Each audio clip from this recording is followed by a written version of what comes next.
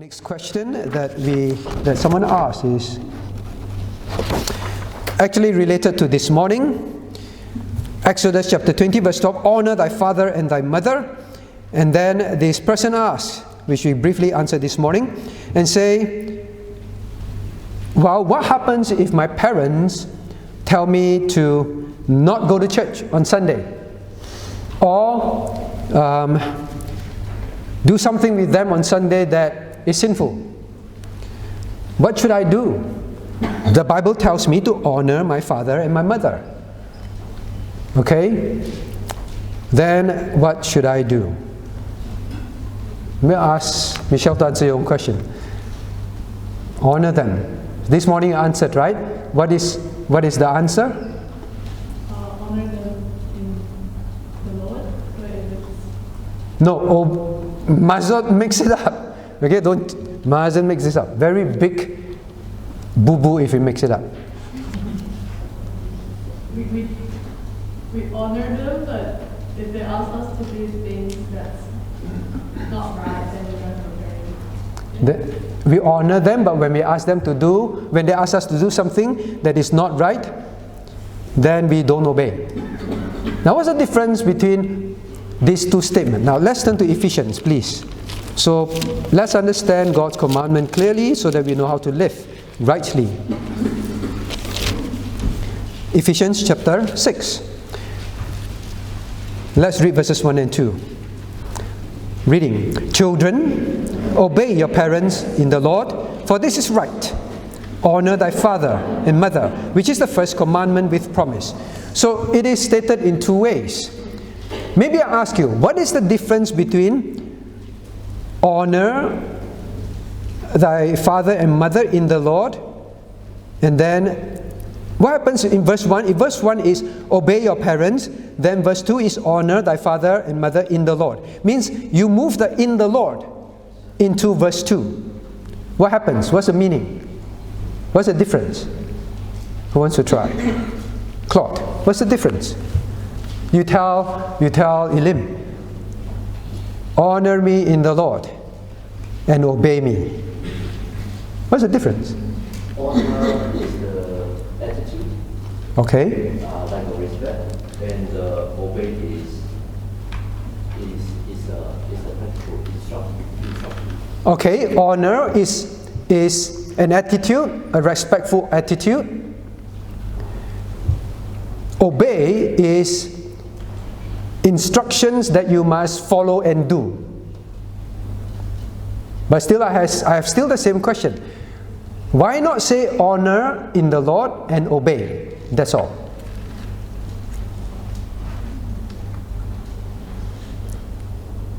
That's why I quickly corrected Michelle when we say honor in the Lord and then obey. It can become a very big issue. What's the difference? Maybe I ask who else? Frank, want to try?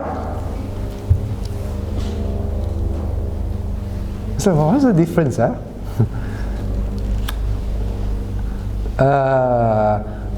Okay, John, you want to try? We can't obey the parents if it's not in the Lord's instruction. Very good.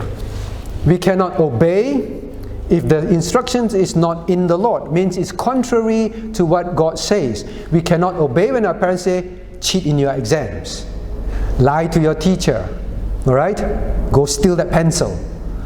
Then that obedience cannot be carried out because it's not in the Lord. So obedience in the Bible, it says always in the Lord. But honor, God does not say in the Lord.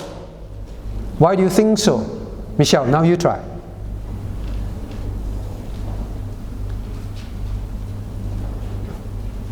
Not sure. Okay, last one. Howard, why? What's the difference? Yeah, we need to honor them whether they are right or wrong. Very good. We need to honor them whether they are right or wrong. There's no exception.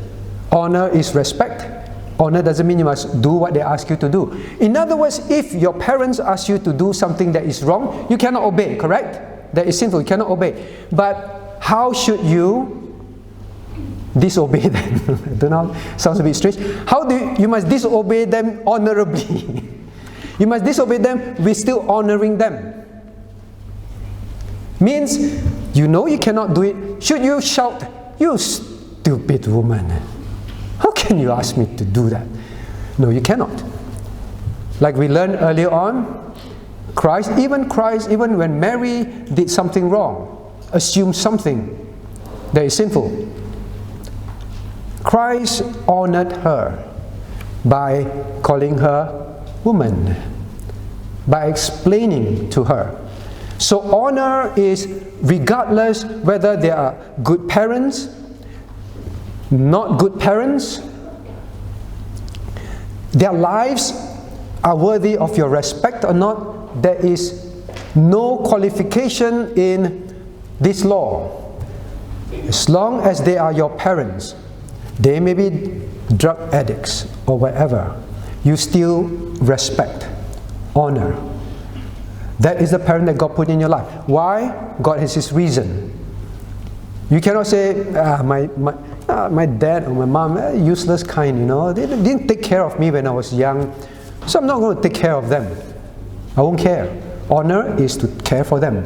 Whatever they have done, whatever kind of parents they are, you honor. Cannot speak evil words about them. Alright? Grace, understand? Okay. Then is it ever wrong to cut ties with your parents? Then is it ever wrong to cut ties with your parents? What kind of ties? Umbilical cord tie. What kind of tie? Say they were abusive or they've gone past something you think will continue to do that. Okay, good. So what happens if they've done something abusive to you, and you know they will continue to do the abusive things to you? So should you cut ties? Okay, what do you think, Jonathan? You don't think so? You know why, right? Alright? He went through a difficult conversion. Does it mean you cut ties? Cut ties? What do you mean by cut ties? Is that wearing a tie? You cut ties. Like, pretend that you guys aren't family anymore. Pretend that you guys aren't family anymore. Yes, sir, yeah, the question. I think what she means is total separation. Total separation. Okay. Now, it depends what you mean by cut ties. We already said even in a marriage situation, when there's abuse, physical abuse, then you have to think of safety. If your idea cut ties means I make sure I don't stay in the same house, avoid the person for my safety, that is expected, needful, right? But if you say cut ties in the perspective, I act as if you're dead, I won't call you, I won't care for you when you're in need, that kind of cut ties where I don't even consider you my father or my mother anymore, that is not correct. Right? You always remember, we pray every Sunday. Forgive us our trespasses as we forgive those who trespass against us. Forgive doesn't mean you continue to let yourself be abused, expose yourself to be abused. But you do not hold grudge in your heart. You will still, like Christ, when they abused Him, He still loved them. He still went to the cross for them. So, you still do that. Means you will still hope that they will be saved. You still call them. You still try to reach out to them with the gospel. And when they are in trouble, you still help them. You cannot say, you are no longer my father and I don't care. Alright, so it's not easy. It's not easy, which is why it's included in the Lord's Prayer. It's something that we can face very frequent, every day. That is what makes you different from the world. Do you understand that? That is what makes you a shining testimony. We will still love. We will still forgive. But it doesn't mean you have to continue to let yourself be abused. Okay? Yes, another question. We're discussing about abusive, No. Oh, okay. Now she wants to clarify. I'm joking, yes? No, it's if, like, say, the parent they knew of something that or a child they knew that they shouldn't do something, like during the COVID situation, you're not supposed to gather and those things, and then police catch you, and then you have to stay in the police office or in jail for one night. Should the child or the parent bail the child out, or to let them stay inside for one night, to show them, teach them a lesson because they did wrong, they should face the consequence. So, what? Okay. I don't know how come this one is how this is related to this question. Now it's parent to child, okay? Parent to child. Now we studied in this morning in commandment number 5. It's both ways. Commandment number 5, the child expected to honor the parents. That what makes you different from unbelievers. Unbelievers are unforgiving and vindictive and malicious. Not Christians. But the other part of commandment number 5, as I mentioned this morning, the parents must make sure that they are worthy of honor and that they are worthy of respect and they do what is right. Right? We studied this morning. So the question is this, just in case those of you didn't hear from this end, is what happens if the child did something that is bad and the police comes to, for us we say catch, right? Comes to arrest this person and now this child needs to be in prison for a night. Should the parent go and bail the child out? What do you think? Yes, sir. No. No. All right. Why no? One night in prison is better than a life. One night in prison is better than a lifetime where they keep learning that you will keep bailing him out even if he or she keeps doing that which is wrong. Never mind, my mom, my dad will always bail me out. Then slowly they will commit worse and worse crimes, and then it's no longer one night, it may be a lifetime in jail. Correct? So when you say, I want them to honor me, it does not mean you want them to like you. Not necessarily that. Because as parents, sometimes what you need to do that is needful for them.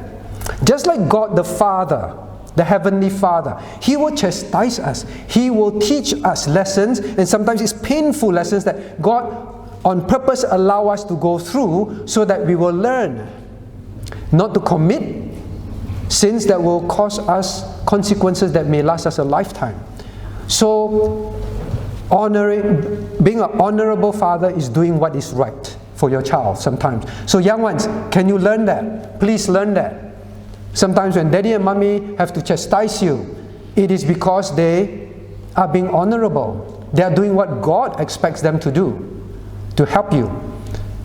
So yes, you sometimes need to let them learn that. What if it's reversed?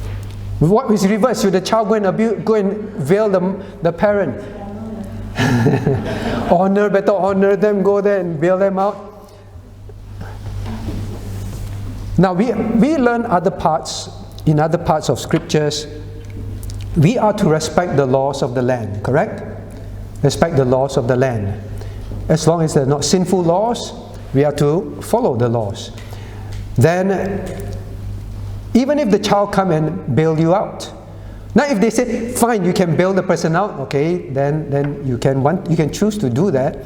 But I think people should let the cause of the law to be carried out, that we may learn. So the child say, Mom, I'm here to visit you. And speaking very gently to you, ma'am. I think you should learn your lesson.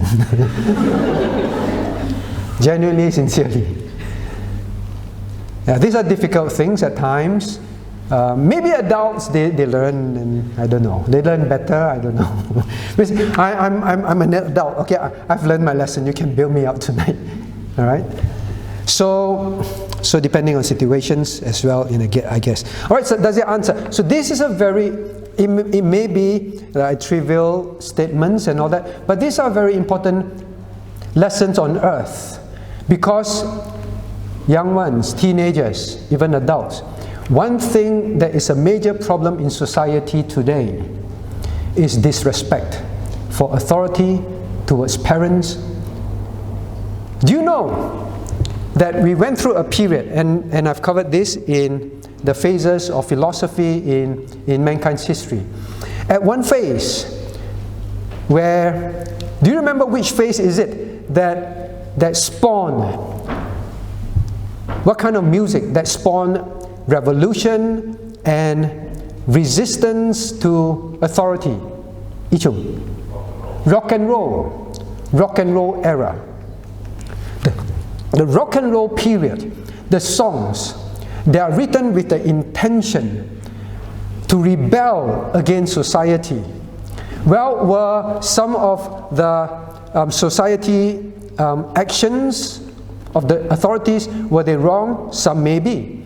But they felt that they must be liberated from being under any authority. They didn't like authority, so they wrote many songs to incite and change the thinking of society, of young people first. Now there's one song called Yakety Yak. You know song Yakety Yak? Some of you know, that generation. Yakety Yak. Why is it Yakety Yak? Why do you think so? It's written to be sarcastic to parents. Parents is always yakety, yakety, yakety, yak. Always telling, do this, do that, do this, do that, don't do this, don't do that. Alright, so over time, the push for people to be disrespectful to parents. Now, parents may be bad parents, they may be bad parents. But we say, no honor. Honor is just every situation, every kind of parent. There's no right for us to yakety yak, yakety yak. It's disrespectful. So the push to dishonor parents is very strong. So young people, please learn this. You go home from today onwards. Your parents may be an unbeliever. They may not be very good parents. But you must learn this in your heart now. Respect. You win them by your obedience to God. If you are disrespectful, not honoring, how are you going to preach the gospel to them? How? It's when they see, deep in their heart, I know I'm not a very good parent, but since my child became a Christian, my child changes, honorable, honors me, respectful to me. Even I'm not reasonable, but the child will say, yes, okay, yes mom, yes dad, I'll do it. And suddenly there's a change. That is where they begin to see the living God in your life. No use keep preaching the gospel, but commandment number 5 is something alien to you, because society today is like that. Parents, teach your children, but you be an honorable parent first. Alright, so I hope I answered some of this question, and I think we have no time. I wanted to answer Isaac's question. Isaac's question has been delayed for very long because it was a difficult question, and I finally found the answer. Alright, but we'll answer that the next time we come back. But I hope we learned from this. Let us turn to God in prayer. What do we have here? Top 5 reasons why church dropouts, what church dropouts say, why they stop attending church. Now please remember 66% of, well, I take the American view, they're the most readily available results. They stop attending church at least a year after turning 18. So from